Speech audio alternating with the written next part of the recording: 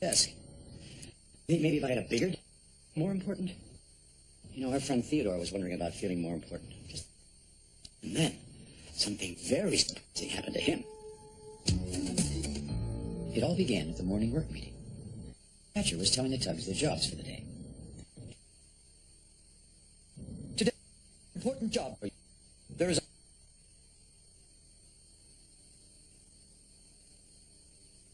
And the dispatcher turned to Theodore. Today, you'll be replacing broken marker buoys. That is all. Hank set off, but Theodore began to think he wanted the kind of job that George and Theodore had. A more important job, Theodore himself. A bit later, Theodore and Hank were working, replacing broken marker buoys around the... together a lot. And they even have a special whistle signal to each other. It doesn't really mean anything. Hello, I'm happy. It was their own special whistle for each other. That evening, as the sun was sailing out to sea, Theodore and Hank were talking about their day. Marker buoys are a lot heavier than they look, aren't they, Hank? Theodore was saying. Just a small fish, just a big fish. We did a good job together, Theodore. Theodore, agreed Hank. The two tugs felt great. It always seemed that being together and talking about things together was as much fun as doing. Well, said Hank sleepily, it was a nice day. Good night, Theodore. Good night, Hank, replied Theodore. It was a nice day. Theodore glanced over at the other side of the dock, where George and Theodore were resting. They always get important jobs, Theodore thought. I wish I could be a more important tugboat.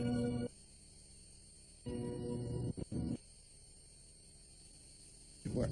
They started to float back to their regular places at the great Ocean Tug and Salvage Company dock. That's when George turned to Theodore and said the most surprising thing. Theodore, do you want to dock beside me? Well, I was very surprised, because always this side was the more important side of the dock. You see, George is an ocean tug, and he always docks with the other ocean tugs, Emily and Theodore. And as a harbor tug, Theodore always docked with the other harbor tug, Hank. Emily is away on an ocean job, explained George. So the place beside me is empty. But, said Theodore, I'm not an ocean tugboat. Not yet. Oh, that's okay, said George. You have been the tug in charge here in the big harbor before. Now that was true, thought Theodore. That was pretty important. So Theodore happily agreed to dock beside George. Where are you going, Theodore? It was Hank. Oh, just over to the other side of the dock. Trying to sound like it really wasn't that important at all. I'm going to dock tonight, said Hank. We always dock together. It's just for tonight, Hank, repeated Theodore. Because Emily's away. Because, well, George asked me to. Theodore settled into his new place. Like George. It does seem nicer on this side of the dock, Theodore himself. He could even see all the way past Benjamin Grid.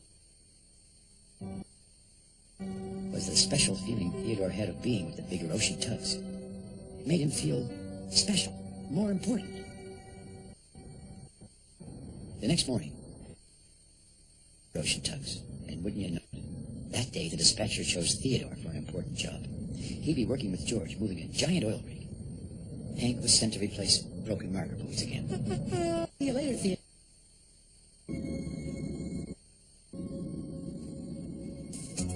As Theodore and George worked, magical to Theodore, how just changing his place at the dock had seemed to change him. He was already feeling like a more important tugboat. Theodore was so excited that he made his special whistle signal. Just to say, hello, I'm happy. He hadn't heard Theodore's special whistle before, and he thought it might be a special kind of emergency whistle, so he tried to stop the oil rig right away.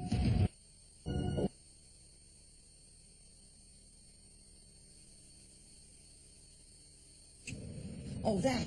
It's a special signal, said Theodore quickly. Hank always answers back. It's just for fun. Well, said George crossly, this is an important job. It's not supposed to be fun. From now on, use only the regular whistle signals. Theodore felt bad about giving George the wrong signal. But then he thought, I guess more important tugboats don't have special whistle signals because they're happy anyway.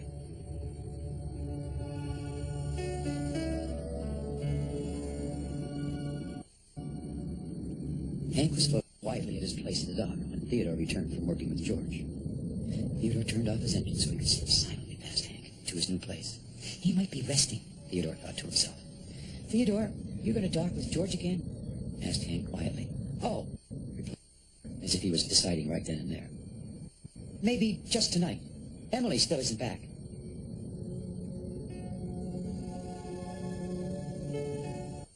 Oh, that's a... He was quiet for a moment, then he said, Theodore, are you still my friend? Sure I am, Hank, answered Theodore, trying to sound convincing. It's just that, well, things are different now. Hank stared at Theodore, and Theodore stared back at Hank.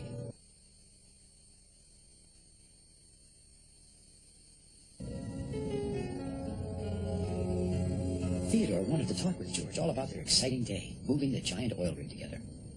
Oil rigs are a lot heavier than they look, began Theodore.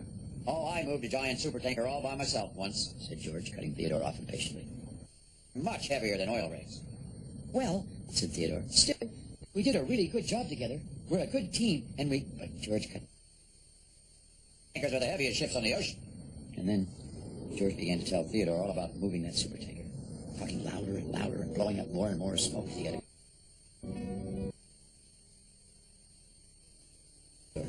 In fact, Theodore couldn't really talk to George at all. All he could do was listen, and cough in George's smoke. No whistle signals when I'm happy, and now I can't even talk about the things that happened today.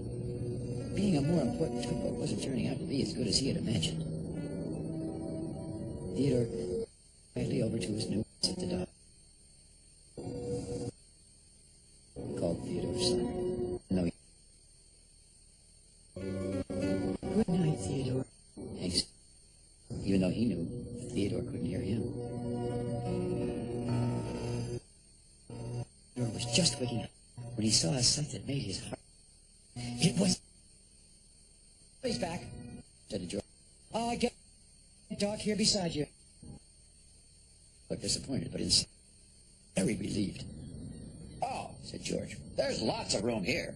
Huh, you can dock beside me forever. Well, Theodore just stared at George and didn't say a word. He couldn't say a word.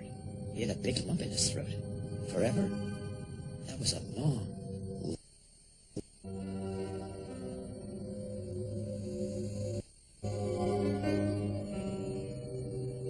A little later, Theodore helped George take a ship out of the harbor. Theodore couldn't stop thinking about living on...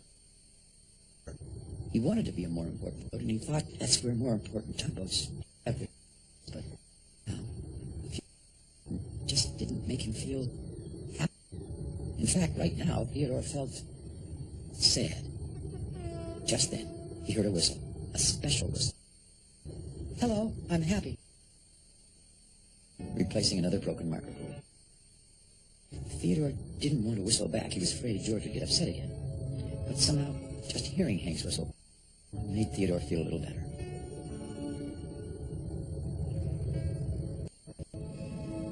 After Theodore finished work, he stayed behind in the harbor. He was thinking about being more important and about his more important job. But mostly, Mr. Hank.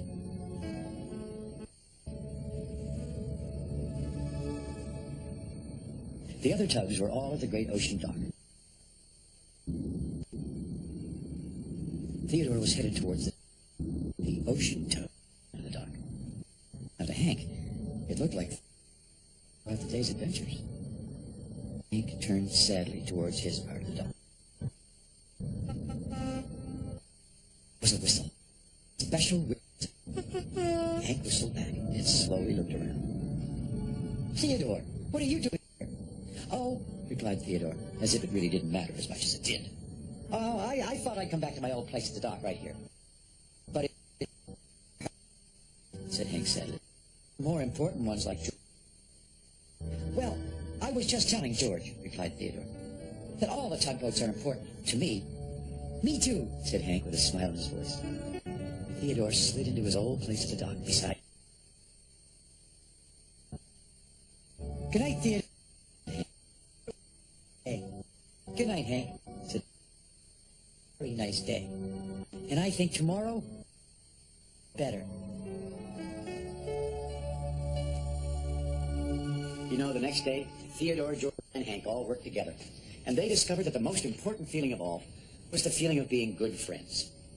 Now, what was I doing? I was doing something. Oh, yes, I was measuring my desk. Let's see here. Oh, I made this dent when I dropped the plate of sea biscuits on here. See, the first time I made sea biscuits, they were a little hard. The second drawer that squeaks.